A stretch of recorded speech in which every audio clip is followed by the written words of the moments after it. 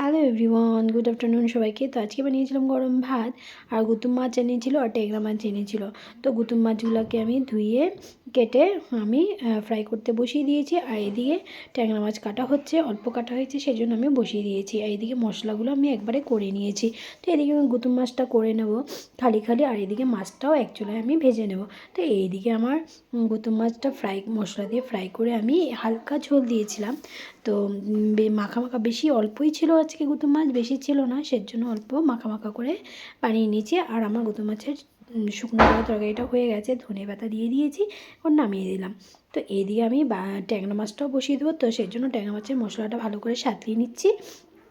দিয়ে দিচ্ছি হলুদ, লবণ, আর পেস্টে দিয়েছিলাম টমেটো আর কাঁচা লঙ্কা আর পেঁয়াজ আর 2 কোয়া রসুন দিয়েছিলাম। তো এখানে হলুদ লবণ দিয়ে বাকিটা আমি মশলাটা ভালো করে এখন কষে নেব।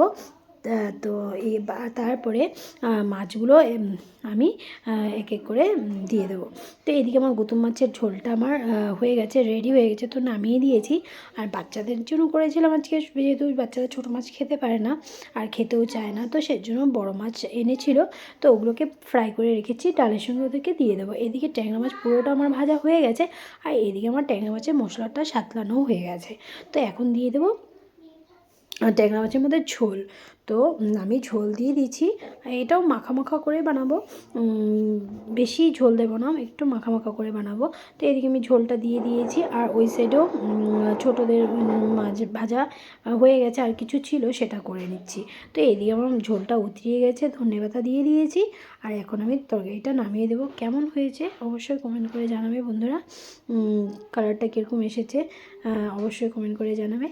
আর বানিয়েছিলাম লাল শাক ভাজা, তো যেটা আমার ফেভারিট লাল শাক ভাজা, আর খালি খালি করেছিলাম, আজকে কিছু দিইনি। অন্যদিন তো বড়ি বা বেগুন ফ্রাই করে দিই, আজকে কিছু দিইনি। তো একটু মাছের তেলও ছিল বড় মাছের, সেটাও একটু পেঁয়াজ করি দিয়ে করে নিয়েছিলাম।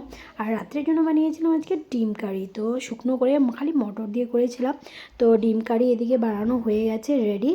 তো এটা রেখে দেবো রাত্রের জন্য। তো কেমন লাগলো ব্লগটা অবশ্যই কমেন্ট